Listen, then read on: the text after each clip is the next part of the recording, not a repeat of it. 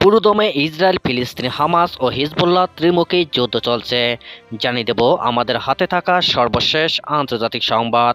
কান্নার জন্য প্রস্তুত হও ইসরায়েল, হুঁশিয়ারি হিজবুল্লাহর। দক্ষিণ লেবাননে ইহুদিবাদী ইসরায়েলের হামলায় হিজবুল্লাহর একজন সিনিয়র কমান্ডার শহীদ হওয়ার পর প্রতিশোধ নিতে ইসরায়েল বিরোধী হামলার পরিমাণ ও গুণগত মান ব্যাপকভাবে শক্তিশালী করার হুঁশিয়ারি দিয়েছে হিজবুল্লাহ। বুধবার হিজবুল্লাহ নির্বাহী পরিষদের চেয়ারম্যান শেখ হাশেম শাফিউদ্দিন এই হুঁশিয়ারি দিয়েছেন।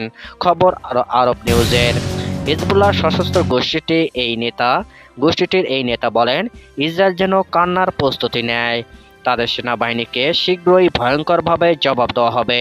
শেখ হাশেম শাফিউদ্দিন হুঁশিয়ারি দিয়ে বলেন, এই পবিত্র রক্তপাতের পর আমাদের সুনির্দিষ্ট এবং অনিবার্য প্রক্রিয়া হবে এই যে আমরা আমাদের অভিযানের তীব্রতা, শক্তি এবং বৈচিত্র্য বৃদ্ধি করব।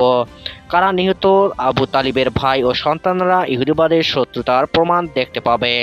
ইহুদিবাদী ইসরায়েলের প্রতিরোধ কমান্ডারদের হত্যা করে হিজবুল্লাহকে দুর্বল করতে পারবে না বলে প্রত্যয় জানান সংগঠনটির এই সিনিয়র নেতা।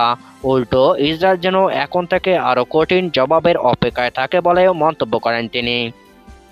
হিজবুল্লাহ নির্বাহী পরিষদের চেয়ারম্যান বলেন, ইহুদিবাদের শত্রু এখনোই নির্বোধ রয়ে গেছে এবং সে অতীত থেকে শিক্ষা নেয়নি।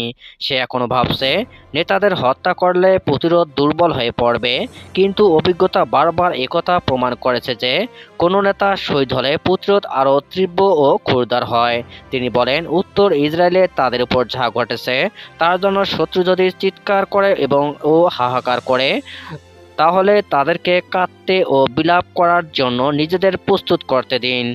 এদিকে হিজবুল্লাহর শীর্ষস্থানীয় কমান্ডার শাহাদাতের ঘটনায় আলাদা আলাদা বিবৃতিতে হিজবুল্লাহ নেতাদের সমবেদনা জানিয়েছে ফিলিস্তিনের হামাস ও ইসলামী জিহাদ আন্দোলন।